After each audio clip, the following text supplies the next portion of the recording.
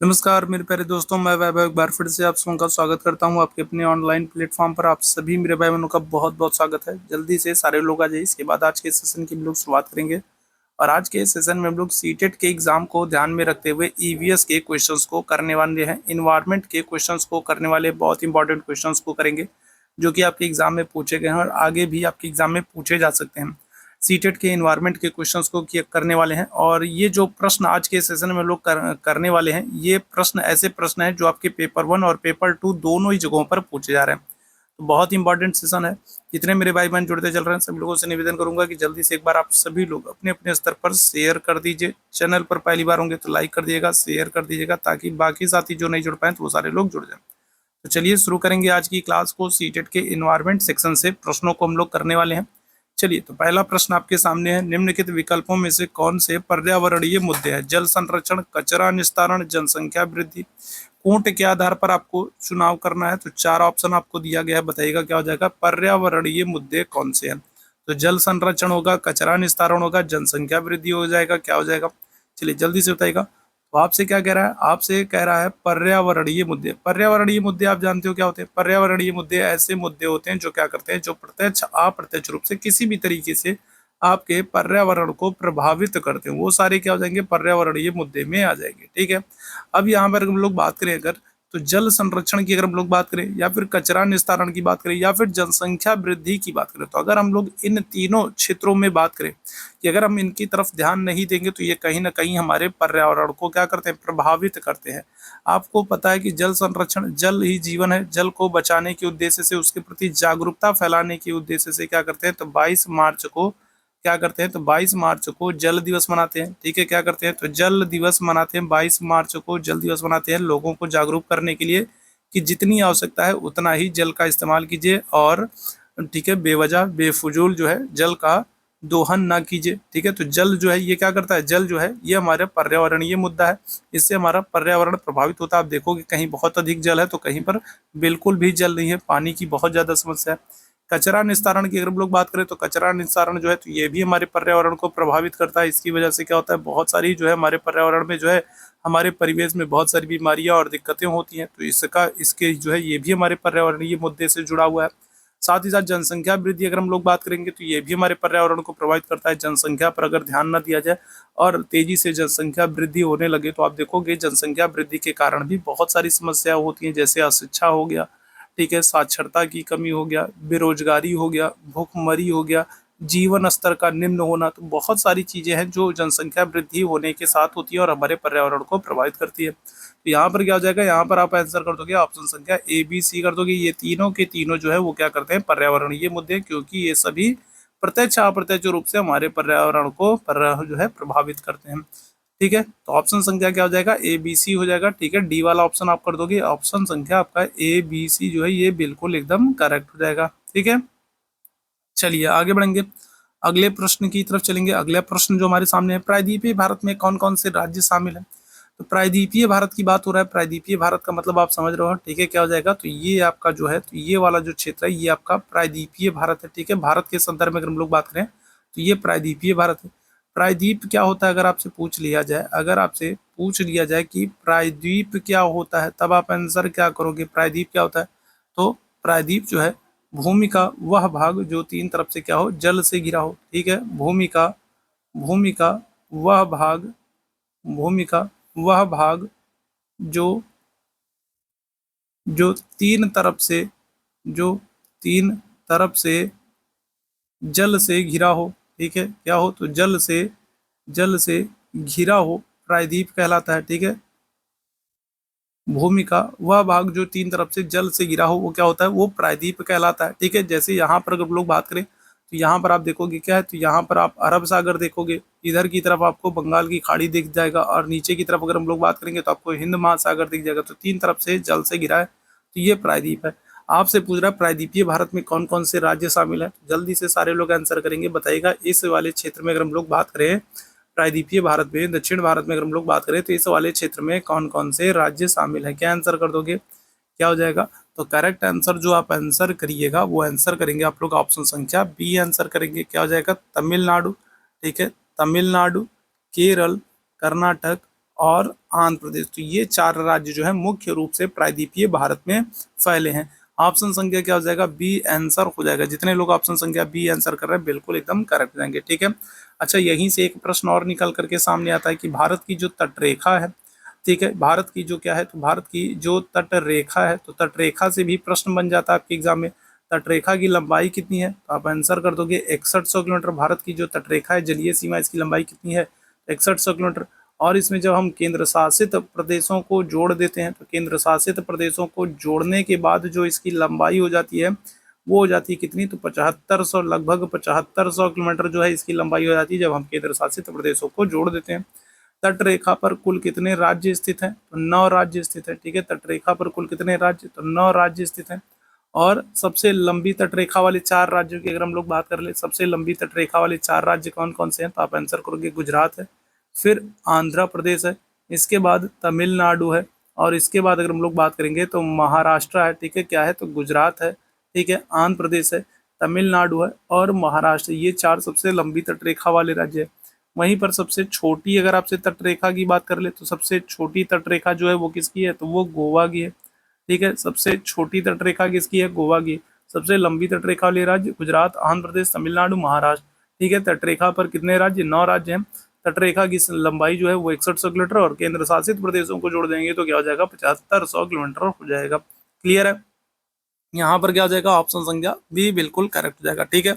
तमिलनाडु के संदर्भ में आपको याद रखना है, तमिलनाडु की जो भाषा है, तो भाषा क्या हो जाएगा, तो आप आंसर कर दोगे तो तमिल है, ठीक है। क्या है, तमिलनाडु की भाषा क्या है, तो आप आंसर कर दोगे तमिल है। और यहाँ का नृत्य क्या है, तो भरतनाट्यम है, ठीक है। क्या है, तो भरतनाट्यम जो है वो यहाँ का नृत्य है तमिलनाडु का, ठीक। इसी तरीके से अगर हम लोग केरल की बात कर लें, अगर हम लोग केरल की बात कर ले, तो केरल की जो भाषा है वो क्या है, तो आप आंसर कर दोगे मलयालम है, ठीक है। केरल की भाषा क्या है, तो आप आंसर कर दोगे मलयालम है। और केरल में क्या हो जाएगा, तो केरल में एक तो कथकली, ठीक है। क्या हो जाएगा, तो एक तो कथकली, कथकली, और दूसरा क्या हो जाएगा, दूसरा अगर हम लोग बात करेंगे मोहिनी अट्टम, ठीक है। क्या हो जाएगा, तो दूसरा मोहिनी मोहिनी अट्टम। तो ये दोनों नृत्य कहाँ के, तो ये दोनों नृत्य केरल के हो जाएंगे, ठीक है, मोहिनी अट्टम। इसी तरीके से अगर हम लोग आंध्र प्रदेश की बात कर लें, आंध्र प्रदेश, तो आंध्र प्रदेश का नृत्य क्या हो जाएगा, तो आंध्र प्रदेश में अगर हम लोग बात करें भाषा कौन सी है, तो भाषा आंसर कर दोगे तेलुगु है, ठीक है। कौन सी है, तेलुगु है। और नृत्य कौन सा हो जाएगा, तो नृत्य आप आंसर कर दोगे कुचिपुड़ी है, ठीक है। कौन सा, तो नृत्य आप आंसर कर दोगे कौन सा, कुचिपुड़ी है, ठीक है, याद रखिएगा, ठीक। चलिए आगे बढ़ेंगे अगले प्रश्न की तरफ। ईवीएस एक ही कारण है। ईवीएस की अगर हम लोग बात करें तो ईवीएस, ठीक है, 1 to 5 में हम लोग ईवीएस पढ़ते हैं, और 6 to 8 में यही ईवीएस जो है तो वो क्या हो जाता है, सोशल साइंस हो जाता है। तो बताइएगा, तो अगर हम लोग बात करेंगे ईवीएस एकीकरण है किसका, पारिस्थितिकी और विषाणु विज्ञान और विज्ञान का। तो विषाणु विज्ञान 1 to 5 में तो नहीं है, ठीक है, तो ये तो गलत हो जाएगा, ठीक है। विज्ञान और सामाजिक अध्ययन का, हाँ ये ऑप्शन सही है, लेकिन बाकी ऑप्शन भी देख लें। विज्ञान, सामाजिक अध्ययन और पर्यावरण शिक्षा का, पर्यावरण विज्ञान और सामाजिक अध्ययन का। तो यहाँ पर जो सबसे बेहतर ऑप्शन है वो क्या हो जाएगा, वो हो जाएगा आपका ऑप्शन संख्या सी हो जाएगा। विज्ञान का अध्ययन करते हैं, सामाजिक अध्ययन का अध्ययन जो है अध्ययन करते हैं, और पर्यावरणीय शिक्षा का अध्ययन करते हैं। जो ईवीएस का जो सिलेबस है वो विज्ञान, सामाजिक विज्ञान और पर्यावरण शिक्षा को समाहित किए हुए, ठीक है। तो ऑप्शन संख्या यहाँ पर क्या हो जाएगा, ऑप्शन संख्या सी आंसर हो जाएगा, ठीक है। क्या हो जाएगा, ऑप्शन संख्या सी हो जाएगा, विज्ञान, सामाजिक अध्ययन और पर्यावरणीय शिक्षा को, ठीक है। आगे बढ़ेंगे अगले प्रश्न की तरफ। ग्रामीण क्षेत्र में गोबर का प्रयोग झोपड़ी की दीवारों एवं फर्श को लीपने के लिए किया जाता है। ऐसा क्यों किया जाता है, आप देखोगे कि गांव में जो घर होते हैं, तो गांव में जो घर होते हैं तो उनकी जो फर्श होती है, ठीक है, गांव में जो घर होते हैं तो उनकी जो फर्श होती है उस फर्श को क्या किया जाता है, तो उसको फर्श को, ठीक है, या फिर झोपड़ी की जो दीवारें होती हैं उनको लीपने के लिए पशुओं के जो अपशिष्ट पदार्थ होते हैं, खाद्य जो अपशिष्ट पदार्थ होते हैं, गोबर होते हैं, तो उनसे क्या होता है, तो उनसे लीपने का काम किया जाता है, ठीक है। तो ऐसा क्यों किया जाता है कि घर सुंदर दिखाई पड़े, दीवारें चिकनी हो, दीवारों एवं फर्श का प्राकृतिक रंग हो, या फिर कीट दूर करने के लिए। देखो जो हम लोग जो क्वेश्चंस कर रहे हैं तो उनके हम लोग वही आंसर्स को मानेंगे जिसको आयोग ने सही माना है, ठीक है, ठीक है, जिसको आयोग ने सही माना है, आयोग ने जिसको आंसर किया है हम वही मानेंगे, अकॉर्डिंग टू हम लोग एनसीईआरटी चलेंगे। ठीक है, एनसीईआरटी ने जिसे सही माना है, जिसे आंसर माना है, हम लोग उसी को लेकर के चलेंगे। ठीक है, और प्रश्न पूछा गया है और एनसीईआरटी ने क्या किया है, तो एनसीईआरटी ने यहाँ पर ऑप्शन संख्या क्या आ जाएगा, तो डी को आंसर माना। वैसे तो अगर हम लोग देखें तो क्या होता है, तो जो है दीवारें चिकनी भी हो जाती हैं। ठीक है, थोड़ा सा घर भी सुंदर लिखता है और जो है प्राकृतिक रंग, तो ये सब तो सही, सब के सब सही है। लेकिन यहाँ पर जो एकदम एग्जैक्ट जो सबसे सही है और जिसको एनसीईआरटी ने माना है, वो क्या हो जाएगा, वो हो जाएगा आपका ऑप्शन संख्या डी हो जाएगा, कीटों को दूर रखने के लिए। ठीक है, क्या हो जाएगा, तो ऑप्शन संख्या क्या कर देगा, तो डी आंसर कर देंगे। ठीक है, याद रखिएगा। अच्छा, घरों से संबंधित प्रश्न आया है, तो घरों से संबंधित प्रश्न आया, तो यहाँ पर भी घरों से संबंधित कुछ प्रश्न हम लोग करते हैं जो कि आपके एनसीईआरटी के द्वारा, ठीक है, आपके सीटेट के एग्जाम में पूछे गए हैं। ठीक है, एनसीईआरटी की बुक से लिए गए हैं, तो कुछ क्वेश्चंस पूछे गए हैं, तो उनको भी हम लोग यहाँ पर करने वाले हैं। जैसे जैसे अगर आपसे पूछ ले कि किन क्षेत्रों में, किन राज्यों में या फिर किन क्षेत्रों में बांस के ऊंचे खंभों पर घर बनते हैं, तो बांस के ऊंचे खंभों पर अगर हम लोग बात करेंगे, तो बांस के खंभों पर, ठीक है, बांस के खंभों पर अगर हम लोग बात करेंगे, तो बांस के खंभों पर, ठीक है, घर कहाँ पर बनते हैं, तो आप आंसर कर दोगे जो पूर्वोत्तर वाले राज्य हैं, जो असम है, क्योंकि यहाँ पर क्या होता है, यहाँ पर बाढ़ की बहुत ज्यादा समस्या होती है। तो जो पूर्वोत्तर वाले राज्य होते हैं, वहां पर क्या होता है, वहां पर बांस के ऊंचे ऊंचे खंभों पर घर बनाया जाता है, क्योंकि बाढ़ की बहुत समस्या होती है। इसी तरीके का एक प्रश्न आपसे पूछा जाता है कि कहाँ पर क्या होता है कि पत्थरों से, अगर हम लोग बात करें, पत्थरों से घर बनते हैं। ठीक है, बड़े बड़े पत्थरों से घर कहाँ पर बनते हैं, तो आप आंसर क्या कर दोगे, तो जो आप आंसर करोगे, जो पहाड़ी राज्य होते हैं, जैसे हिमाचल प्रदेश हो गया, उत्तराखंड हो गया, ठीक है, हिमाचल प्रदेश हो गया, उत्तराखंड हो गया, तो यहाँ पर क्या होते हैं, यहाँ पर पत्थरों से घर बनते हैं। ठीक है, इसी तरीके से आपसे प्रश्न बनता है कि कहाँ पर गर्त आवास वाले घर बनते हैं, मतलब जो अंडरग्राउंड घर। ठीक है, गर्तावास, ठीक है, गर्तावास अगर हम लोग बात करें, अंडरग्राउंड वाले घर कहाँ पर बनते हैं, तो क्या आंसर कर दोगे, तो आप आंसर कर दोगे जम्मू एंड कश्मीर वाला जो क्षेत्र है। तो वहां पर क्या होता है, वहां पर आप देखोगे अंडरग्राउंड घर बनता है। ठीक है, गर्त आवास वाले घर बनते हैं। ऐसे प्रश्न भी आपके एग्जाम में पूछे गए हैं, तो इनको याद रखिएगा। ठीक है, आपसे पूछा जाता है कि मिट्टी के घर कहाँ पर बनते हैं, मिट्टी के घर कहाँ पर बनते हैं, किन क्षेत्रों में या फिर राज्यों में मिट्टी के घर बनते हैं, तो आप आंसर क्या कर दोगे, तो आप आंसर कर दोगे राजस्थान में। ठीक है, राजस्थान में मिट्टी के घर क्यों बनते हैं, क्योंकि देखो राजस्थान में गर्मी बहुत ज्यादा पड़ती है, और ये जो मिट्टी के घर होते हैं, ये ना क्या, ये क्या करते हैं, तो ये ठंडा करते हैं। ठीक है, क्या करते हैं, ठंडक पैदा करते हैं। ठीक है, ठंड रखते हैं। ठीक है, तो राजस्थान में गर्मी बहुत पड़ती है, तो वहां पर क्या होता है, मिट्टी के घर बनते हैं। तो इस तरीके के प्रश्न भी आपसे पूछे गए हैं, तो ऐसे प्रश्नों को आप याद रखेंगे। ठीक, आगे बढ़ेंगे।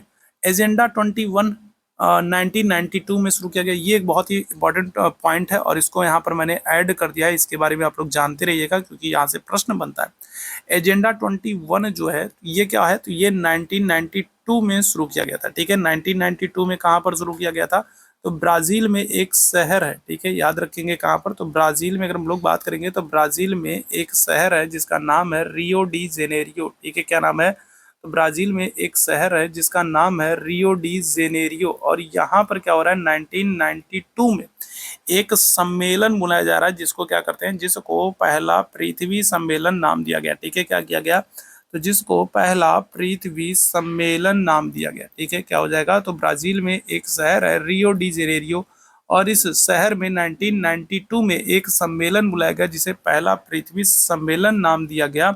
और इस सम्मेलन में अगर हम लोग बात करेंगे, तो एजेंडा 21 की बात की गई। ठीक है, क्या किया गया, एजेंडा 21 की बात की गई। अब यहाँ पर आपके एग्जाम में एक प्रश्न पूछा गया है कि जो ये 21 है, तो ये किसको संदर्भित करता है।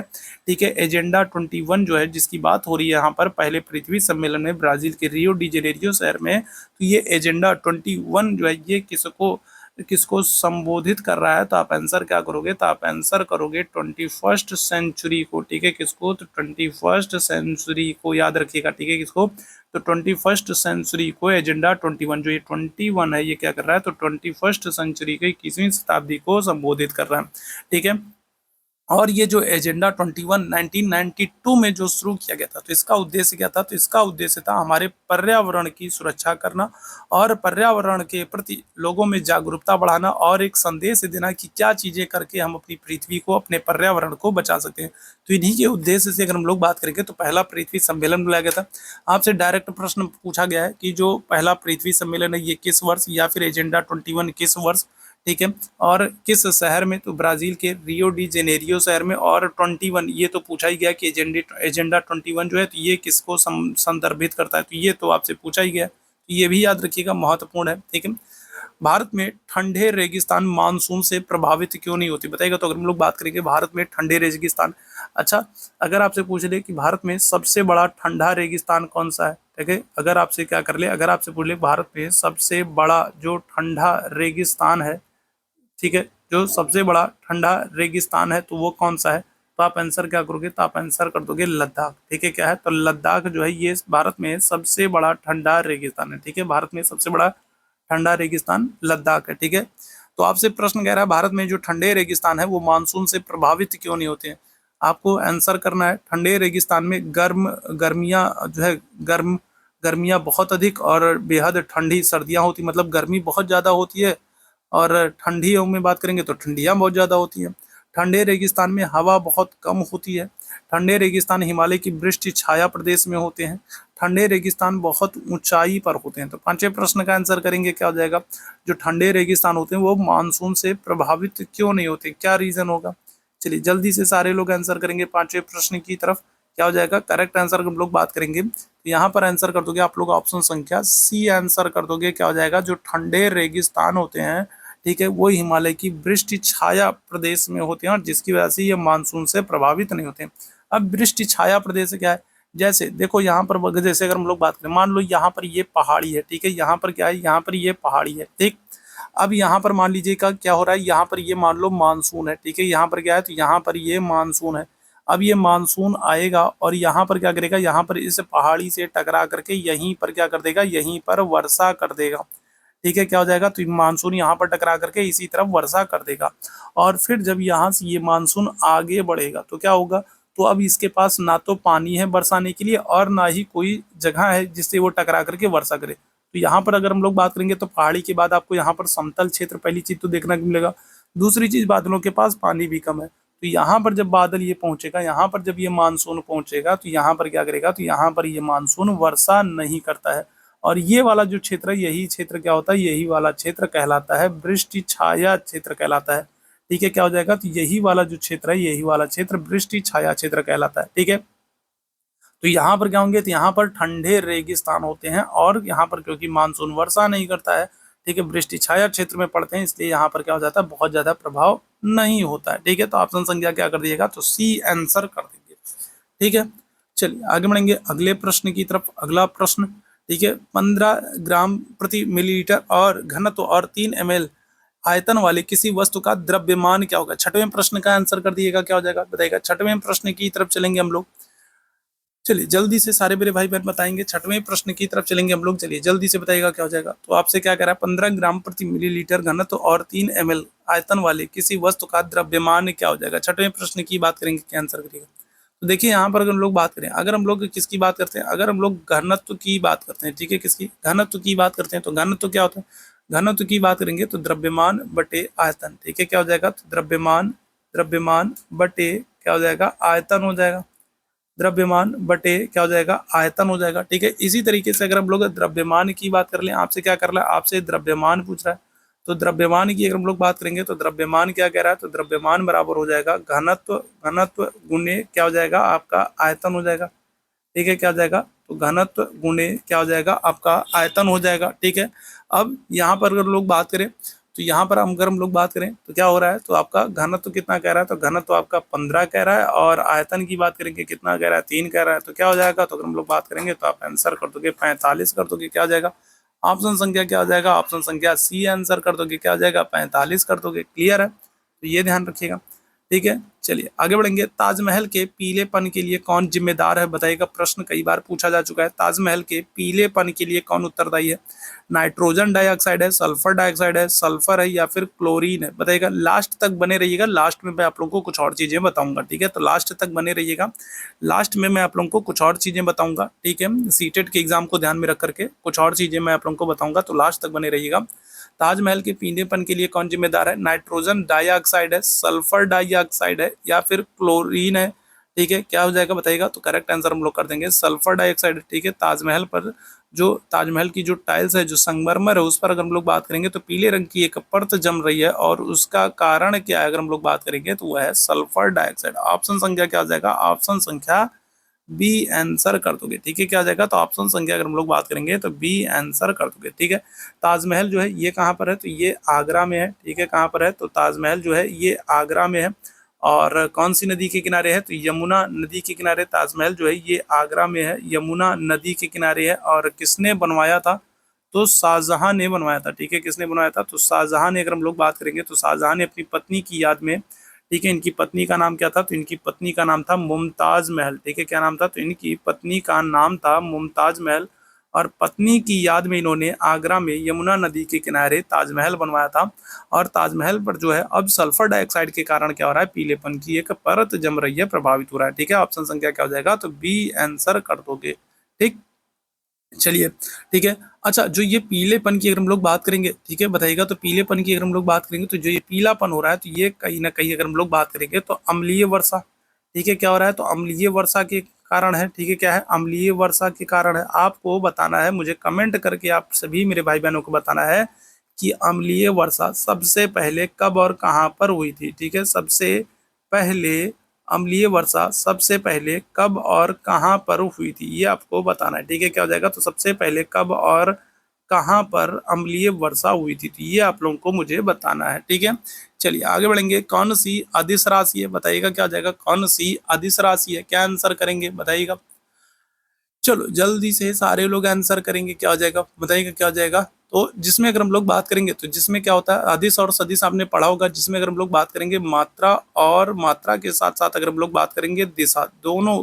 ठीक है, मात्रा के साथ साथ क्या हो जाए, दिशा हो जाए, तो वो क्या हो जाएगी, तो वो आपकी हो जाती है, ठीक है, सदिश राशि हो जाती है। ठीक है, क्या हो जाता है, तो वो आपकी सदिश राशि हो जाती है। जिसमें अगर हम लोग बात करेंगे तो वो सारी राशियां जिसमें मात्रा के साथ साथ दिशा, ठीक है, इन्वॉल्व हो, तो वो क्या हो जाएगी, आपकी सदिश राशि हो जाएगी। सदिश राशियों में कौन कौन होगा, ठीक है, क्या हो जाएगा, तो सदिश राशियों की अगर हम लोग कुछ महत्वपूर्ण सदिश राशियों की बात करेंगे तो आप आंसर क्या करोगे, तो आप और कहोगे बल हो जाएगा। ठीक है, वेग हो जाएगा। ठीक है, क्या हो जाएगा, वेग हो जाएगा, संवेग हो जाएगा। ठीक है, क्या हो जाएगा, संवेग हो जाएगा। ये सब क्या हो जाएंगे, ये सब सदिश राशि हो जाएंगी। आपसे क्या कह रहा है, आपसे अदिश राशि पूछ रहा है। कौन सी अदिश राशि है, द्रव्यमान है, गुरुत्वाकर्षण है, संवेग है, भार है। क्या हो जाएगा, 8वें प्रश्न की बात करेंगे, क्या आंसर कर दोगे, तो आंसर हो जाएगा आपका ऑप्शन संख्या ए, आंसर करिएगा, द्रव्यमान हो जाएगा। ठीक है, क्या हो जाएगा, द्रव्यमान। अगर हम लोग बात करेंगे तो द्रव्यमान आपका अदिश राशि हो जाएगा। ठीक है, ऑप्शन संख्या ए बिल्कुल करेक्ट हो जाएगा। सदिश और अदिश राशियों को आप याद रखेंगे सब। ठीक है, चलिए आगे बढ़ेंगे अगले प्रश्न की तरफ। अगला प्रश्न, अशुद्ध जल को शोधित किया जा सकता है। अगर हम लोग बात करें अशुद्ध जल है तो उसको शोधित कैसे किया जा सकता है। अवांछित रसायन को हटा करके, जैविक संदूषक हटा करके, गैसों को हटा करके, या फिर उपरोक्त सभी माध्यम से। अशुद्ध जल को शोधित कैसे किया जा सकता है, क्या आंसर हो जाएगा। नए प्रश्न की तरफ चलेंगे, जल्दी से सारे मेरे भाई बहन आंसर करेंगे, क्या हो जाएगा, अशुद्ध जल को शोधित कैसे किया जा सकता है। तो अवांछित रसायन हटा करके, जैविक संदूषक हटा करके, गैसों को हटा करके, या फिर उपरोक्त सभी। तो आंसर हो जाएगा आपका ऑप्शन संख्या डी, उपरोक्त सभी माध्यम से हम क्या कर सकते हैं, अशुद्ध जल को शोधित करने का काम कर सकते हैं। ऑप्शन संख्या क्या हो जाएगा, ऑप्शन संख्या डी आंसर कर दोगे। ठीक है, चलिए आगे बढ़ेंगे अगले प्रश्न की तरफ। अगले प्रश्न की तरफ चलेंगे। पर्यावरण के अपघटन के लिए कौन उत्तरदायी नहीं है, नहीं आपसे पूछ रहा है, ये आप ध्यान रखिएगा। ठीक है, पर्यावरण के अपघटन के लिए, या फिर कहें पर्यावरण को नुकसान पहुंचाने के लिए कौन उत्तरदायी नहीं है।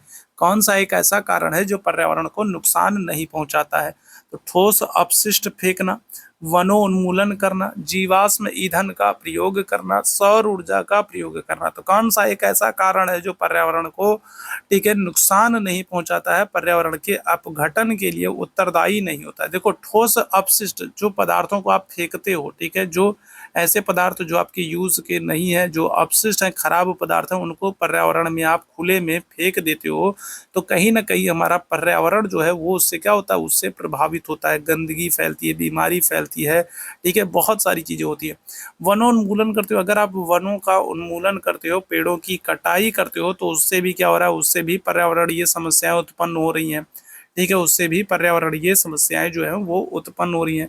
जीवाश्म ईंधन का उपयोग करते हो तो इस ईंधन से भी क्या होता है, बहुत सारी गैसें निकलती हैं, बहुत सारे प्रदूषण होते हैं, तो ये भी प्रभावित करता है। सौर ऊर्जा का अगर आप उपयोग करते हैं तो ये क्या होगा, तो ऑप्शन संख्या डी बिल्कुल करेक्ट हो जाएगा। सौर ऊर्जा का अगर आप ईंधन कर रहे हो तो ये पर्यावरण को किसी भी तरीके से प्रभावित नहीं करता है, ठीक है, क्या होगा, तो इसका कोई भी दुष्प्रभाव पर्यावरण पर नहीं पहुंच पड़ता है, ठीक है, सौर ऊर्जा का। इसीलिए इस समय देखिए क्या हो रहा है, सरकार जो है वो सौर ऊर्जा के लिए इतना ज्यादा प्रयास कर रही है कि ज्यादा से ज्यादा लोगों को, ठीक है, प्रोत्साहित कर रही है कि वो सौर ऊर्जा का उपयोग करें, ठीक है, क्योंकि ये पर्यावरण को नुकसान नहीं पहुंचाता है, पर्यावरण के अपघटन के लिए उत्तरदायी नहीं है। ऑप्शन संख्या क्या हो जाएगा, डी हो जाएगा, बाकी सारे विकल्प, ठीक है, उत्तरदायी हैं। आगे बढ़ेंगे अगले प्रश्न की तरफ। अगले प्रश्न का आंसर करेंगे, रमन को उसके पड़ोसी ने 4 किलो वाला, ठीक है, उपहार में दिया है, ठीक है, 4 किलो वाला उपहार भी दिया, 4 किलो वाला मुरब्बा उपहार में दिया, ठीक है, यहाँ पर क्या हो जाएगा, तो अगर हम लोग बात करेंगे तो रमन को उसके पड़ोसी ने 4 किलो क्या हो जाएगा, तो 4 किलो मुरब्बा, ठीक है, क्या किया है, तो 4 किलो मुरब्बा उपहार में दिया है। वह मुरब्बा बनाने की कौन सी योजना बनाता है, उसे किस तकनीक को अपनाने की जरूरत है, ठीक है, बताइएगा क्या हो जाएगा। ठीक है, तो अगर हम लोग बात करें तो रमन को उसके पड़ोसी ने क्या किया है, तो उसके पड़ोसी ने 4 किलो जो मुरब्बा है वो उपहार में दिया है, और अब रमन क्या कर रहा है, अब रमन जो है वो 4 किलो मुरब्बे का, ठीक है, उस 4 किलो, ठीक है, क्या है, तो यहाँ पर 4 किलो मुरब्बा नहीं, आंवला होना चाहिए भाई, मुरब्बा पहले बन जाएगा तब तो दिक्कत हो जाएगी। यहाँ पर क्या होगा, यहाँ पर मिसप्रिंट है, ठीक है, यहाँ पर क्या होगा, तो 4 किलो आंवला, ठीक है, क्या हो जाएगा, तो 4 किलो आंवला, है ना, ठीक है, यहाँ पर मिसप्रिंट है। चलो अब देखो, अब सही हुआ। रमन को उसके पड़ोसी ने 4 किलो आंवला उपहार में दिया है, और वह उस आंवले से क्या करने वाला है, तो मुरब्बा बनाने की योजना बनाता है, ठीक है, उसको मुरब्बा आंवला मिला उपहार में, 4 किलो आंवला मिला, और उस आंवले से अब वो क्या सोच रहा है, अब सोच रहा है कि मुरब्बा बनाया जाए।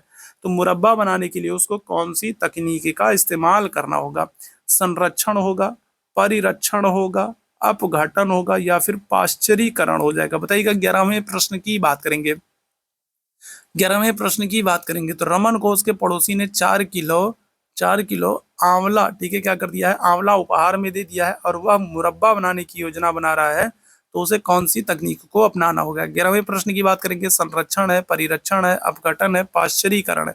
आंसर क्या आ जाएगा, 11वें प्रश्न की बात करेंगे, ऑप्शन संख्या आप आंसर करोगे बी, आंसर कर दोगे परिरक्षण कर दोगे, ठीक है, क्या कर दोगे, तो परिरक्षण कर दोगे। परिरक्षण क्या होता है, परिरक्षण की अगर हम लोग बात करेंगे तो परिरक्षण को इंग्लिश में क्या कहते हैं, तो फूड प्रिजर्वेशन कहते हैं, ठीक है, क्या करते हैं, तो फूड प्रिजर्वेशन कहते हैं, ठीक है, क्या करते हैं, तो फूड प्रिजर्वेशन कहते हैं। और इसका अर्थ क्या होता है, इसका अर्थ होता है कि जो भोजन है, जो या फिर जो खाद्य पदार्थ है, उसको क्या करना है, उसको खराब होने से बचाना है, ठीक है, क्या करना है, तो उसको खराब होने से बचाना है, ठीक है, खराब होने से क्या करना है, तो खराब होने से बचाना है, ठीक है, याद रखिएगा। तो यहाँ पर क्या करना है, तो यहाँ पर रमन को उसके पड़ोसी ने 4 किलो आंवला दिया है, और उसके मुरब्बा बनाना है, तो उसको क्या करना होगा, उसको उसे खराब होने से बचाना होगा। सबसे पहले क्या करना होगा, परिरक्षण करना होगा, फूड प्रिजर्वेशन करना होगा। ऑप्शन संख्या क्या कर देगा, तो बी आंसर कर देंगे। क्लियर है, चलिए आगे बढ़ेंगे अगले प्रश्न की तरफ। अगला प्रश्न आपके सामने, निम्न में से कौन सी ऊर्जा प्रदूषण मुक्त नहीं है, ठीक है, आपसे क्या पूछ रहा है, आपसे पूछ रहा है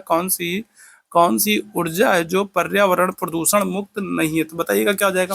चलिए जल्दी से सारे मेरे भाई बताएंगे, कौन सी ऊर्जा है जो पर्यावरण प्रदूषण से मुक्त नहीं है, तो सौर ऊर्जा है, पवन ऊर्जा है, नाभिकीय ऊर्जा है, या फिर उपरोक्त सभी है। 12वें प्रश्न का आंसर करेंगे, क्या हो जाएगा, कौन सी ऊर्जा पर्यावरण प्रदूषण मुक्त नहीं है, तो सौर ऊर्जा होगा, पवन ऊर्जा होगा, नाभिकीय ऊर्जा होगा, या फिर उपरोक्त सभी हो जाएगा। तो आंसर क्या कर दोगे, तो आंसर आप आंसर करोगे ऑप्शन संख्या सी हो जाएगा, न्यूक्लियर एनर्जी, ठीक है, ऑप्शन संख्या डी मत करिएगा, क्या हो जाएगा यहाँ पर न्यूक्लियर एनर्जी कर दोगे, जो नाभिकीय ऊर्जा है। ये क्या होता है, नाभिकीय ऊर्जा के दौरान अगर हम लोग बात करेंगे तो प्रदूषण होता है, ये प्रदूषण मुक्त नहीं है। वहीं अगर हम लोग सौर ऊर्जा की बात करें या फिर हम लोग बात करें पवन ऊर्जा की, जो पवन चक्कियों के माध्यम से ऊर्जा उत्पन्न होती है, वो क्या होती है, वो प्रदूषण मुक्त होती है। लेकिन जो ये नाभिकीय ऊर्जा है, तो ये क्या है, तो यहाँ पर हम लोग बात करेंगे तो यहाँ पर क्या होता है, तो पॉल्यूशन प्रदूषण होता है। ठीक है, बहुत सारी गैसें निकलती हैं, ठीक है, बहुत सारे अपशिष्ट पदार्थ निकलते हैं, तो इनसे क्या होता है, प्रदूषण होता है। तो ऑप्शन संख्या क्या हो जाएगा, सी आंसर कर दोगे, नाभिकीय ऊर्जा। ठीक, ऑप्शन संख्या सी हो जाएगा। कांटेदार पत्तियों को दर्शाकर एक शिक्षक किस प्रकार के पौधों के बारे में पढ़ा रहा है।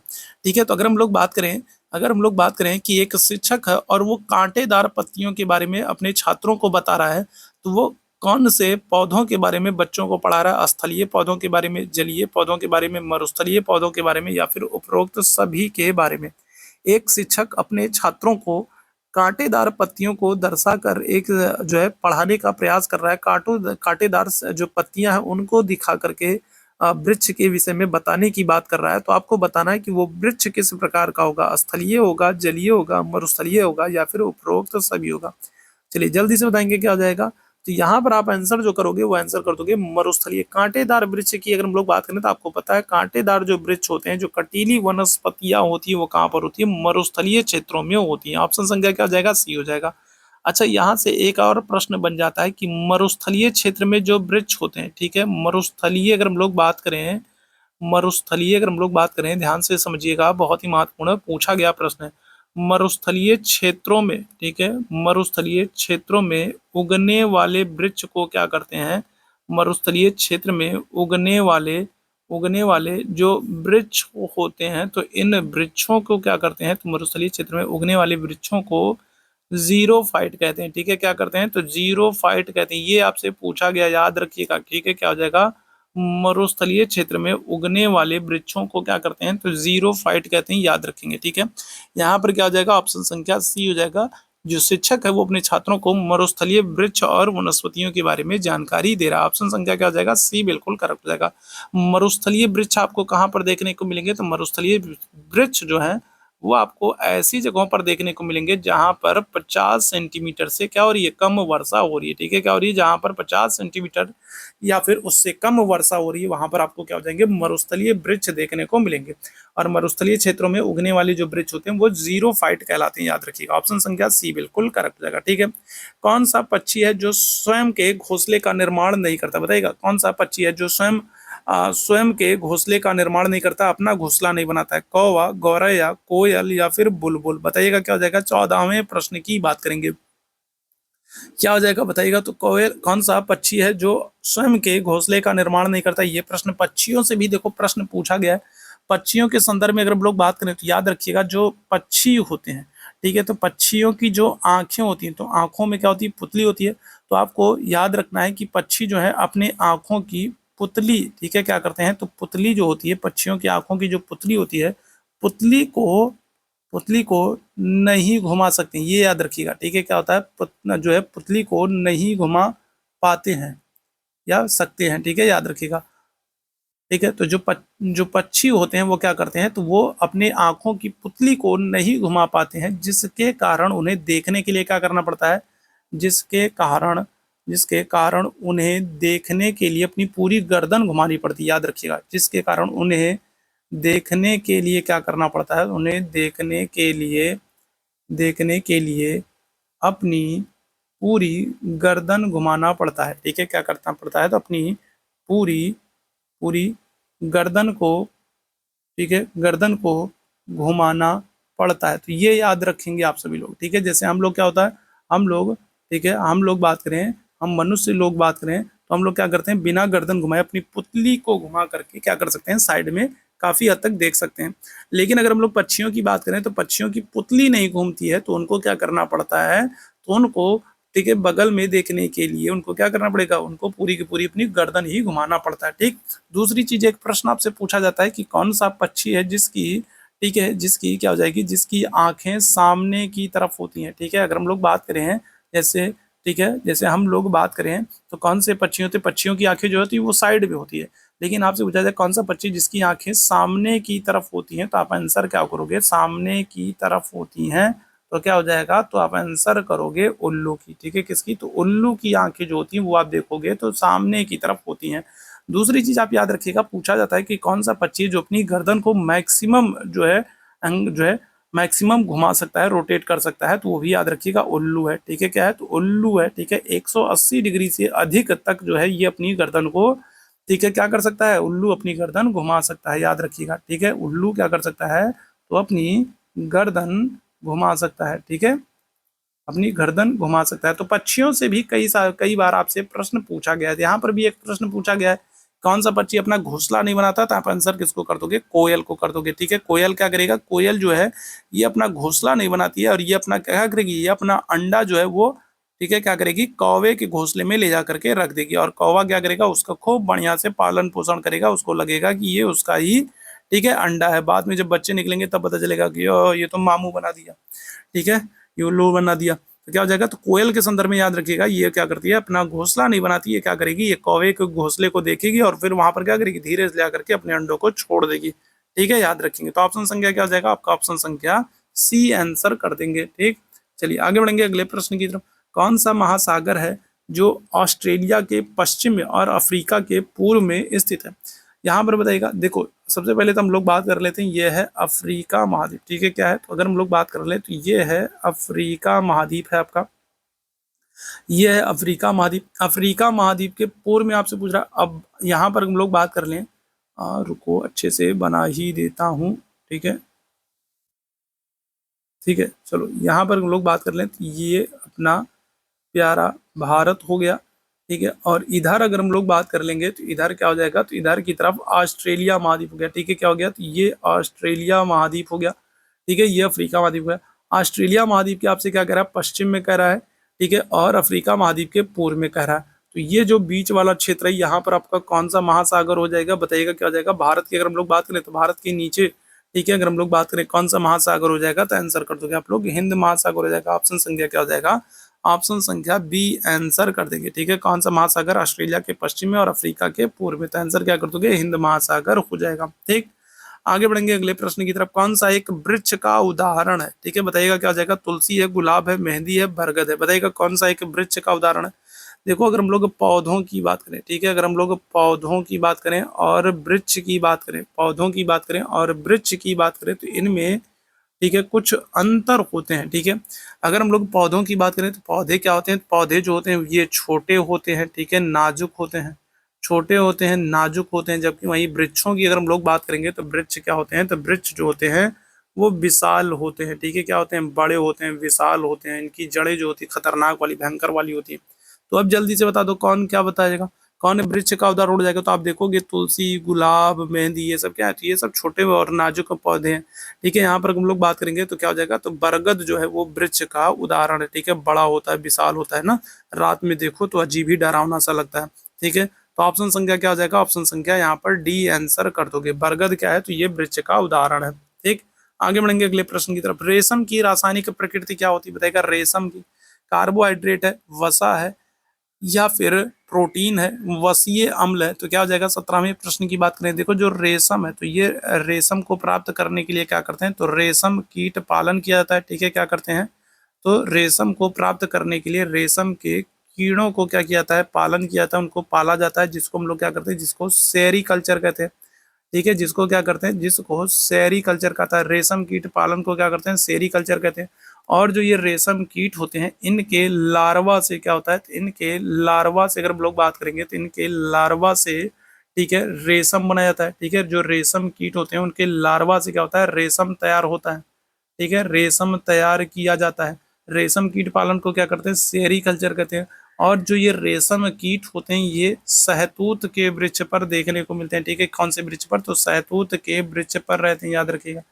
ठीक है, कहाँ पर, तो शहतूत के वृक्ष पर रहते हैं रेशम कीट, और इनको पाला जाता है। इनके पालन को सेरीकल्चर कहते हैं, और इनके लार्वा से रेशम तैयार किया जाता है। रेशम के उत्पादन में अगर हम लोग बात करेंगे तो चाइना जो है ये क्या हो जाएगा, तो ये पहले स्थान पर है। ठीक है, चाइना क्या हो जाएगा, तो चाइना जो है वो पहले स्थान पर है। ठीक है, रेशम के उत्पादन में अगर हम लोग बात करेंगे तो चाइना पहले स्थान पर है। ठीक है, अब यहाँ पर हम लोग बात करें तो रेशम की रासायनिक प्रकृति क्या होती है, तो क्या आंसर हो जाएगा। 17वें प्रश्न की बात करेंगे तो आंसर कर दोगे ऑप्शन संख्या सी, प्रोटीन। ठीक है, क्या हो जाएगा, तो रेशम कीट पालन जो किया जाता है, तो जो रेशम कीट होते हैं उनके लार्वा से तैयार होता है, और उनके जो लार्वा होंगे तो उनमें क्या हो जाएगा, तो प्रोटीन होता है। तो ऑप्शन संख्या क्या कर दोगे, तो सी आंसर कर दोगे। ठीक, चलिए बहुत अच्छे। आगे बढ़ेंगे अगले प्रश्न की तरफ। निम्न में से कौन सी प्राकृतिक आपदा नहीं है, कौन सी घटना प्राकृतिक कारणों से नहीं होती है। तो आपको पता है भूकंप, सुनामी, चक्रवात, शॉर्ट सर्किट से आग लगना। अभी आपको पता है म्यांमार में भूकंप आया था, और जो म्यांमार है और अगल बगल के जो क्षेत्र हैं, तो वो सभी क्या हो रहे हैं, वो सभी इससे प्रभावित हो रहे हैं, बड़ी संख्या में लोग मारे गए हैं। ठीक है, तो बड़ा भयंकर भूकंप आया था म्यांमार में। और ठीक है, म्यांमार में आ रहा है, और म्यांमार को आप याद रखिएगा। म्यांमार की अगर हम लोग बात करें तो म्यांमार को क्या करते हैं, स्वर्ण पैगोड़ा का देश कहते हैं। ठीक है, क्या करते हैं, तो स्वर्ण पैगोड़ा का देश कहते हैं। ठीक है, क्या करते हैं, तो स्वर्ण पैगोड़ा का देश जो है वो किसको कहते हैं, म्यांमार को कहते हैं। ठीक है, ये याद रखिएगा। और यहाँ पर क्या हो जाएगा, यहाँ पर हम लोग बात करें तो क्या आ जाएगा, शॉर्ट सर्किट से जो आग लग रही है, ठीक है, ये क्या है, तो ये प्राकृतिक आपदा नहीं है, बल्कि ये मानव के कारण हो रहा है। ठीक है, मानव के क्रियाकलापों के कारण क्या हो रहा है, शॉर्ट सर्किट से आग लग रही है। कई बार क्या हो रहा है कि वो सही जो वायर का यूज नहीं कर रहा है, या फिर कई बार क्या हो रहा है कि वो वायर पर बहुत ज्यादा लोड दे दे रहा है, जिसकी वजह से शॉर्ट सर्किट हो रहा है। या फिर कई बार क्या हो रहा है कि लोग गलत तरीके से कनेक्शन ले लेते हैं। कटिया, गांव में आपने सुना होगा, कटिया लगा करके क्या करते हैं, कटिया लगा करके कनेक्शन ले लेते हैं। ठीक है, ठीक है, क्या करेंगे, तार, रात में तार फंसाएंगे, रात भर जो है बिजली इस्तेमाल करेंगे, और शाम सवेरे क्या करेंगे, तार उतार लेंगे। तो ये शॉर्ट सर्किट होता है। तो शॉर्ट सर्किट की वजह से जो आग लग रही है, ये मानव निर्मित है। ठीक है, मानव की क्रियाओं के कारण हो रही है। तो ये प्राकृतिक आपदा नहीं है। ऑप्शन संख्या क्या आ जाएगा, डी आंसर कर देंगे। आगे बढ़ेंगे। किस सिंचाई प्रणाली में सर्वाधिक जल संरक्षण होता है, बताइएगा क्या हो जाएगा, ट्यूबवेल में होगा, फुहारा में होगा, नहर में होगा, या फिर ड्रिप में होगा। तो बताइएगा क्या जाएगा। तो अगर हम लोग बात करेंगे किस सिंचाई प्रणाली में सर्वाधिक जल संरक्षण होता है, कौन सी सिंचाई प्रणाली है जिससे सर्वाधिक जल संरक्षण होता है, तो आंसर कर देंगे। तो आंसर आप लोग क्या करोगे, ट्यूबवेल करोगे, फुहारा करोगे, नहर करोगे, ड्रिप करोगे। क्या आंसर कर दोगे, तो आप आंसर कर दोगे ड्रिप सिंचाई जो होती है, इससे सबसे अधिक जल संरक्षण होता है। ठीक है, क्या हो जाएगा, ड्रिप से। ठीक है, ऑप्शन संख्या क्या करेंगे, तो डी आंसर कर देंगे। ऑप्शन संख्या क्या हो जाएगा, डी आंसर कर देंगे। ठीक है, चलिए आगे बढ़ेंगे अगले प्रश्न की तरफ। वायु प्रदूषण से नहीं होता है, आपसे पूछ रहा है नहीं होता है, क्या नहीं होता है, पाचन तंत्र से संबंधित रोग नहीं होता है, कैंसर नहीं होता है, श्वसन संबंधी रोग नहीं होता है, या फिर इनमें से कोई नहीं होता है, बताइएगा। तो वायु प्रदूषण से अगर हम लोग बात करें तो वायु प्रदूषण से क्या नहीं होता है, तो पाचन तंत्र से संबंधित रोग नहीं होगा, कैंसर नहीं होगा, श्वसन संबंधी रोग नहीं होगा, या फिर इनमें से कोई नहीं होगा। बताइएगा क्या आ जाएगा। तो अगर हम लोग बात करें तो वायु प्रदूषण जो होती है, तो वायु में बहुत सारी जो हानिकारक गैसें होती हैं, इसके अलावा और बहुत सारे प्रदूषक होते हैं जो क्या करते हैं, जो कहीं ना कहीं कैंसर के लिए उत्तरदायी होते हैं, कैंसर का कारण बनते हैं। श्वसन संबंधी रोग भी होता है, अगर हम लोग बात करें दमा हो गया, अस्थमा हो गया, बहुत सारी चीजें हैं। इस तरीके की बहुत सारी समस्याएं हैं जो वायु प्रदूषण से होती हैं। लेकिन यहाँ पर पाचन तंत्र से संबंधित रोग जो है वो वायु प्रदूषण से नहीं होते हैं। तो ऑप्शन संख्या क्या हो जाएगा, ए हो जाएगा। आपसे पूछ रहा है कौन सा वायु प्रदूषण से नहीं होता है, तो आप आंसर क्या कर दोगे, तो आप आंसर कर दोगे ऑप्शन संख्या ए। पाचन तंत्र से संबंधित रोग जो हैं वो वायु प्रदूषण से नहीं होते, जबकि कैंसर और श्वसन संबंधी रोग जो हैं ये वायु प्रदूषण से होते हैं। ऑप्शन संख्या ए यहाँ पर बिल्कुल करेक्ट हो जाएगा। पर्यावरणीय अध्ययन का उद्देश्य क्या है, बताइएगा क्या हो जाएगा। तो अगर हम लोग बात करेंगे उद्देश्य क्या नहीं है, आपसे पूछ रहा है, ठीक है, पर्यावरण अध्ययन का उद्देश्य क्या नहीं है, तो स्थानीय पर्यावरण के प्रति समझ उत्पन्न करना, वैश्विक पर्यावरण के प्रति समझ उत्पन्न करना, मानव मात्र के कल्याण के प्रति जागरूकता पैदा करना, इनमें से कोई नहीं। क्या हो जाएगा, तो पर्यावरण अध्ययन की अगर हम लोग बात करेंगे तो पर्यावरण अध्ययन का उद्देश्य क्या नहीं है, तो देखो स्थानीय पर्यावरण के प्रति समझ उत्पन्न करना, ये तो बिल्कुल सही है। ठीक है, आपको अपने परिवेश को समझने के लिए जो है समझ उत्पन्न करता है कि आप अपने परिवेश को, पर्यावरण को समझें। ठीक है, और जो बहुमूल्य तत्व हैं उनका संरक्षण करें, संवर्धन करें। वैश्विक पर्यावरण के प्रति समझ उत्पन्न करना, तो ये भी हो जाएगा। लेकिन यहाँ पर आप देखोगे क्या कह रहा है, यहाँ पर आपसे कह रहा है मानव मात्र, मतलब सिर्फ मात्र मतलब सिर्फ मानव के कल्याण के प्रति जागरूक करना।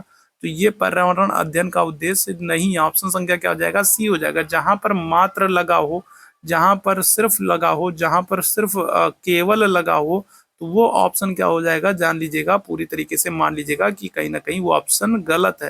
ठीक है, तो उस पर विशेष ध्यान दीजिएगा, उसको एक बार चेक कीजिएगा आराम से। ठीक है, तो यहाँ पर हम लोग बात करें, यहाँ पर क्या कह रहा है, मानव मात्र मतलब सिर्फ मानव के कल्याण के प्रति जागरूक करना, तो ये पर्यावरण के अध्ययन का उद्देश्य नहीं है। ऑप्शन संख्या क्या आ जाएगा, ऑप्शन संख्या सी आंसर कर देंगे। ठीक है, चलिए आगे बढ़ेंगे अगले प्रश्न की तरफ। अगला प्रश्न है, एक शिक्षिका अपने छात्रों को पेड़ों के संरक्षण के लिए संवेदनशील बनाना चाहती है, तो उसे कौन सी रणनीति अपनानी चाहिए? तो अगर एक शिक्षिका को अपने छात्रों को पेड़ों के संरक्षण के प्रति संवेदनशील बनाना है, तो उसे कक्षा में बहस आयोजित करना चाहिए, समूह चर्चा करवाना चाहिए, पोस्टर बनवाना चाहिए, या फिर बच्चों को एक पौधे को अपनाने के लिए कहना चाहिए। तो क्या हो जाएगा? तो विकल्प देख करके ये आप बता सकते हो क्या हो जाएगा। तो अगर एक शिक्षिका को अपने छात्रों को पेड़ों के प्रति संरक्षण बढ़ाने के लिए संवेदनशील बनाना है, तो उसे बच्चों को एक पौधे को अपनाने के लिए कहना चाहिए। ऑप्शन संख्या क्या हो जाएगा? तो डी आंसर कर दोगे।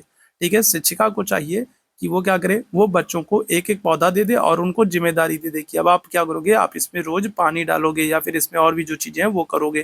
ठीक है, तो ऐसे क्या होगा, बच्चे अपनी जिम्मेदारी को समझेंगे और पर्यावरण जो है पेड़ के प्रति क्या हो जाएंगे, संवेदनशील हो जाएंगे और उसकी केयर करेंगे। ठीक है, तो ये चीज है, ये कर सकते हैं। इसके अलावा अगर हम लोग बात करें और क्या कर सकती हैं, अगर इसके अलावा अगर आपसे पूछा जाए इसके अलावा और शिक्षिका क्या कर सकती है, तो शिक्षिका जो है वो पेड़ों के गुणों के बारे में बता सकती है। ठीक है, क्या कर सकती है, बच्चों को पेड़ों के गुणों के बारे में बता सकती है। ठीक है, या फिर पेड़ों से होने वाले जो लाभ है उनके विषय में बता सकती है कि पेड़ों से हमें क्या प्राप्त होता है, पेड़ों की उपयोगिता क्या है हमारे जीवन में, कि पेड़ों से ऑक्सीजन मिलता है, ऑक्सीजन हम लेते हैं। ठीक है, तो उनकी उपयोगिता बता करके उनको संवेदनशील कर सकती है, उनसे होने वाले लाभों के प्रति हमें जो है बता करके हमको क्या कर सकती है, तो हमको ठीक है जागरूक कर सकती है, हमको संवेदनशील कर सकती है, पेड़ों को लगाने की बात कर सकती है। ठीक है, कि हम क्या करें कि हम पौधे को अपनाएं और उन्हें लगाने के लिए कहें। ठीक है, याद रखिएगा। यहाँ पर क्या हो जाएगा, ऑप्शन संख्या क्या कर दोगे, तो ऑप्शन संख्या डी आंसर हो जाएगा। ठीक, चलिए आगे बढ़ेंगे अगले प्रश्न की तरफ। एक शिक्षिका ने अपने छात्रों को उनके पड़ोस में बीमारियों पर सर्वेक्षण करने के लिए कहा, जिससे कि उनके पड़ोसी पीड़ित थे। इस शिक्षण अधिगम की रणनीति में कौन सा विकल्प प्रासंगिक नहीं है? ठीक है, कौन सा विकल्प प्रासंगिक नहीं है, क्या हो जाएगा बताइएगा। तो समुदाय, मान लीजिए छात्रों को अगर हम लोग बात करें, मान लीजिए कुछ छात्र हैं, ठीक है, क्लास के कुछ छात्र हैं और उनको एक टास्क दिया गया कि उनको अपने पड़ोस में जा करके क्या करना है, तो उनको अपने पड़ोस में जा करके ठीक है, और पड़ोस में होने वाली जो बीमारियां हैं या फिर उनसे जो प्रभावित लोग हैं तो उनसे बात करना है। ठीक है, वहां पर जा करके करना है। ठीक है, शिक्षण अधिगम करना है। तो कौन सा प्रासंगिक नहीं है, तो यहाँ पर अगर हम लोग बात करें तो मान लीजिए ये लोग हैं और ये लोग गए तो समुदाय के साथ क्या करेंगे, तो बातचीत करने का अवसर मिलेगा। तो ये तो बिल्कुल सही है। ठीक है, जब ये अपने पड़ोस में जाएंगे तो जो लोग बीमार हैं उनसे बातचीत करेंगे। ठीक है, उनसे बातचीत करेंगे तो बातचीत करने का अवसर मिलेगा। ठीक है, वास्तविक जीवन के साथ सीखने का अवसर मिलेगा। तो ये बात भी बिल्कुल सही है कि अभी तक उन्होंने जो किताबों में पढ़ा था कि ऐसे ऐसे होता है, और वास्तविक जीवन में जब आप वो निकलेंगे, पर्यावरण में निकलेंगे, अपने समुदाय में, समाज में निकलेंगे, तो वहां पर चीजों को उनको देखने को मिलेगा कि जैसा हम लोग पढ़ते हैं या फिर जैसा सोचते हैं असल जिंदगी में वैसा नहीं होता है। तो सीखने का अवसर मिलेगा। जैसे महात्मा बुद्ध थे, ठीक है, राजमहलों में रह रहे थे तो बहुत सारी अच्छी अच्छी बातें पढ़ रहे थे, सुन रहे थे, समझ रहे थे, लेकिन जब वो अपने महल से बाहर निकलते हैं तब वो जीवन में की जो वास्तविक सच्चाई है उसको उनको देखने को मिलता है। ठीक, बच्चों को एक साथ काम करने के लिए सक्षम बनाना, तो ये भी बिल्कुल सही हो जाएगा। बच्चों को जब एक ग्रुप में कोई टास्क दिया जाएगा तो क्या हो जाएगा, तो वो बच्चे जो है उस टास्क को या फिर उस काम को एक साथ करने के लिए सक्षम हो पाएंगे। ठीक है, तो ये भी बिल्कुल सही है। समुदाय को उन बीमारियों को समझने में मदद मिली जिसमें वो पीड़ित थे। तो यहाँ पर क्या हो जाएगा, ऑप्शन संख्या डी जो है ये प्रासंगिक नहीं हो जाएगा। क्यों नहीं हो जाएगा, क्योंकि देखो यहाँ पर समुदाय को नहीं बल्कि छात्रों को उन बीमारियों के बारे में जानकारी मिलेगी जिससे उनके पड़ोसी पीड़ित है। क्योंकि छात्र पूछने गए हैं ना, छात्र जो हैं वो बात करने गए हैं कि आपको क्या है, कैसे दिक्कत है, क्या हो रहा है, क्या नहीं हो रहा है। तो उससे जो जानकारी मिलेगी वो किसको मिलेगी, छात्रों को मिलेगी, ना कि समुदाय को मिलेगी। तो ऑप्शन संख्या जी जो डी है ये प्रासंगिक नहीं है, याद रखिएगा। यहाँ पर क्या कह रहा है, समुदाय को उन बीमारियों को समझने में मदद मिली जिससे वो पीड़ित है। तो समुदाय को मदद नहीं मिलेगी बल्कि क्या होगा, छात्रों को मदद मिलेगी कि जो छात्रों को उन बीमारियों को समझने में मदद मिलेगी जिससे वो पीड़ित हैं, और छात्र समझ पाएंगे कि भाई गंदगी फैला रहे हैं इस वजह से ऐसा हो रहा है या फिर किसी अन्य कारण से हो रहा है। ठीक है, तो यहाँ पर ऑप्शन संख्या क्या हो जाएगा, डी जो है ये प्रासंगिक नहीं है। आगे बढ़िएगा, समुदाय एक महत्वपूर्ण शिक्षण और अधिगम संसाधन है, क्योंकि अगर हम लोग बात करेंगे समुदाय, आपने पढ़ा होगा कि बच्चे की जो प्राथमिक पाठशाला होती है वो उसका परिवार होता है। ठीक है, बच्चे की अगर हम लोग बात करेंगे तो जो प्राथमिक पाठशाला होती है, जो सबसे पहले जो चीज़ों को वो सीखता है वो कहाँ से, तो वो अपने परिवार से सीखता है। लेकिन इसके बाद आपको पता है कि परिवार से निकलकर फिर क्या होता है, तो वो समाज में जाता है, और समाज में बहुत सारी अच्छी चीज़ों को सीखने का काम करता है, बहुत सारी चीज़ों को देखता है, सीखता है, समझता है, ऑब्जर्व करता है बहुत सारी चीज़ों को, ठीक है। तो समुदाय एक महत्वपूर्ण शिक्षण और अधिगम संसाधन है। तो क्यों है? क्योंकि ये सस्ता और सुलभ है। समुदाय में लोगों के पास समय है, यह वास्तविक स्थिति में सीखने का अवसर प्रदान करता है, या फिर समुदाय भेदभाव नहीं करता है। क्या हो जाएगा? तो यहाँ पर हम लोग बात करेंगे, करेक्ट आंसर कर दोगे ऑप्शन संख्या डी हो जाएगा। जो समुदाय है, जो आपका समाज है, वो आपको क्या करता है? तो वो आपको वास्तविक स्थिति में सीखने का अवसर प्रदान करता है, ठीक है। जैसे घर है, तो घर पे जब आप खेलते हो तो क्या होता है? तो घर पे आपको 10 लोग आपकी सुरक्षा करने के लिए होते हैं कि कहीं आपको चोट ना लग जाए, कहीं आपको बॉल ना लग जाए, या फिर क्या हो जाए कि आपको धीरे धीरे बॉल कराते हैं कि आप धीरे धीरे जो है आराम से अच्छे से खेलो। लेकिन जब आप घर से बाहर निकलते हो, जब आप ग्राउंड में निकलते हो, तो फिर वो क्या होता है? फिर आप वहाँ पर वास्तविक स्थिति में आप सीखते हो चीज़ों को कि बॉल ऐसे भी आ सकती है, इतनी तेज आ सकती है, ऐसे खेलना है, या ये करना है, या फिर हमसे भी बेहतर लोग हैं, तो वहाँ पर ये चीज़ होती है। तो आप वास्तविक स्थिति में आपको सीखने का अवसर मिलता है, ठीक है। ऑप्शन संख्या क्या हो जाएगा? सी आंसर हो जाएगा, ठीक है। आगे बढ़िएगा। ईवीएस में कक्षा में प्राप्त अधिगम को विद्यालय के बाहर के जीवन से जोड़ना और इसे समृद्ध करने का तात्पर्य क्या है? तो देखो, ईवीएस में क्या होता है, अगर हम लोग बात करेंगे तो 1 to 5 में क्या होता है? 1 to 5 में अगर हम लोग बात करें तो बच्चों को क्लासरूम में जो चीजें सिखाई जा रही हैं, ठीक है, क्या हो रहा है? क्लासरूम में जो चीजें सिखाई जा रही है, उनको विद्यालय के बाहर के जीवन से जोड़ने का तात्पर्य यह है कि आपने क्लास में जो चीजें किताबों में पढ़ी है, ठीक है, जो चीजें आपने किताबों में पढ़ी हैं, अब उसको आप क्या करिए? अब आप उन चीजों को समाज में जा करके देखिए, ठीक है। किताबों में जो चीजें आपने देखी हैं, अब उनको क्या करिए? अब उनको बाहर जाकर के समाज में जाकर के देखिए। क्या हो जाएगा? पाठ्य पुस्तकों से बाहर जाना, वैश्विक मुद्दों को पाठ्य पुस्तकों से जोड़ना, पूर्ण विद्यालय दृष्टिकोण, या फिर पाठ्य चर्चा से बाहर जाना। तो क्या हो जाएगा? तो यहाँ पर हम लोग बात करेंगे तो ऑप्शन संख्या ए आंसर करोगे। क्या हो जाएगा? पाठ्य पुस्तकों से बाहर जाना। आप अपनी किताबों में जो चीजों को पढ़ रहे हैं, स्कूल के अंदर जो चीजों को पढ़ रहे हैं, अब जब आप स्कूल से बाहर निकलेंगे तो क्या करेंगे? तो आप समाज में उन चीजों को देखेंगे। तो क्या हो जाएगा? पाठ्य पुस्तकों से बाहर जाना। ऑप्शन संख्या क्या हो जाएगा? ए ऑप्शन आपका बिल्कुल करेक्ट हो जाएगा, ठीक है। कौन कौन सी ईवीएस कक्षा में गतिविधि या गतिविधियां हो सकती हैं? अगर हम लोग बात करें ईवीएस की, बात करेंगे पर्यावरण की कक्षा में बात करेंगे, तो कौन कौन सी एक्टिविटी हो सकती है जो शिक्षक के द्वारा या फिर छात्रों के द्वारा कराई जा सकती है या की जा सकती है? तो क्या हो जाएगा? तो चित्र खींचना, फील्ड भ्रमण, ब्लैक बोर्ड का उपयोग। क्या हो जाएगा? तो आपका उपरोक्त तो सभी हो जाएगा। इन सभी एक्टिविटीज का प्रयोग जो है वो टीचर के द्वारा या फिर स्टूडेंट से करवाया जा सकता है। तो ऑप्शन संख्या क्या हो जाएगा? डी हो जाएगा, ठीक है। ब्लैक बोर्ड का यूज भी होगा, फील्ड भ्रमण, उनको भ्रमण पर भी लेकर के जाया जाएगा, और उनसे क्या हो जाएगा? आप देखोगे कई बार टीचर क्या होते हैं, ब्लैक बोर्ड पर उनसे छात्रों से चित्र भी बनवाते हैं, ठीक है, ब्लैक बोर्ड पर या फिर चार्ट पर या फिर अन्य किसी चीजों पर, ठीक है, चित्र भी बनवाते हैं। तो ये सारे माध्यमों का इस्तेमाल किया जा सकता है। नींबू साधारण पानी में डूब जाता है लेकिन नमकीन पानी में तैरता रहता है, कारण क्या आ जाएगा? बताइएगा। तो अगर हम लोग नींबू की बात करेंगे तो नींबू जो है वो साधारण पानी में तो डूब जाता है लेकिन नमकीन पानी में तैरता रहता है, कारण क्या है? नींबू का घनत्व नमकीन पानी से कम हो जाता है। नींबू पानी का घनत्व जो है, नमकीन पानी का जो घनत्व है वो साधारण पानी के घनत्व से अधिक हो जाता है। साधारण पानी का घनत्व नमकीन पानी के घनत्व से अधिक हो जाता है, या फिर नींबू का घनत्व नमकीन पानी से अधिक हो जाता है। क्या हो जाएगा? 27वें प्रश्न की बात करेंगे, क्या आंसर कर दोगे? क्या आंसर कर दिएगा? तो नींबू जो है वो साधारण पानी में डूब जा रहा है लेकिन नमकीन पानी में तैरता रह रहा है। इसका कारण क्या जाएगा? ऑप्शन संख्या बी हो जाएगा, ठीक है। क्या जाएगा? ऑप्शन संख्या बी हो जाएगा। क्या आंसर कर दोगे?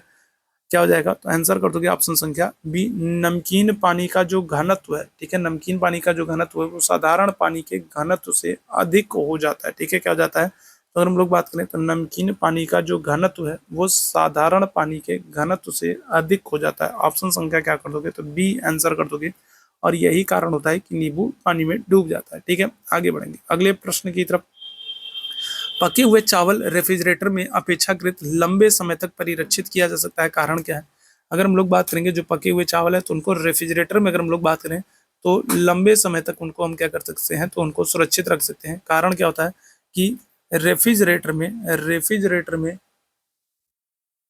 रेफ्रिजरेटर में ऐसे ऐसे रसायन होते हैं जो रोगाणुओं को नष्ट कर देते हैं। कम तापमान पर रोगाणु निष्क्रिय हो जाते हैं, रोगाणु कम तापमान पर नष्ट हो जाते हैं, या फिर कम तापमान पर भोजन की नमी भोजन का जो नमी तत्व है वो घट जाता है। क्या आंसर हो जाएगा? 28वें प्रश्न की बात करेंगे तो जब पके हुए चावल को जो है रेफ्रिजरेटर में अपेक्षाकृत लंबे समय तक परिरक्षित रह जाते हैं। जैसे आप देखोगे गर्मियाँ आ रही हैं, तो गर्मियों में अगर चीज़ों को आप बाहर रखोगे लंबे समय तक तो क्या हो जाएगी, वो खराब हो जाएंगी। लेकिन अगर उनको आप फ्रिज में रखोगे तो वो चीज़ें ज़्यादा देर तक सुरक्षित रहेंगी। तो कारण क्या होता है, कारण हो जाएगा आपका ऑप्शन संख्या क्या कर देंगे, तो बी हो जाएगा। ठीक है, क्या हो जाएगा, तो ऑप्शन संख्या बी आंसर कर दोगे।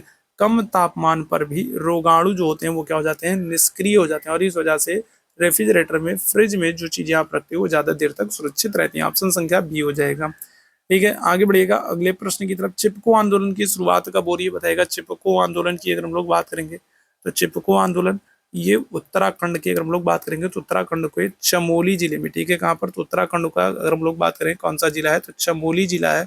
चमोली जिले में इसकी शुरुआत हो रही है और दो लोगों का नाम मिलता है। एक है आपके सुंदरलाल बहुगुणा है, ठीक है, एक है सुंदरलाल बहुगुणा है, ठीक है, सुंदरलाल बहुगुणा है। और दूसरा अगर हम लोग बात करेंगे कौन है, तो दूसरा जो है वो है चंडी प्रसाद भट्ट है। ठीक है, कौन है, तो दूसरे जो है वो चंडी प्रसाद भट्ट है। तो दो लोगों का नाम जुड़ा है, दो लोगों का नाम मिलता है हमको चिपको आंदोलन से, सुंदरलाल बहुगुणा और चंडी प्रसाद भट्ट।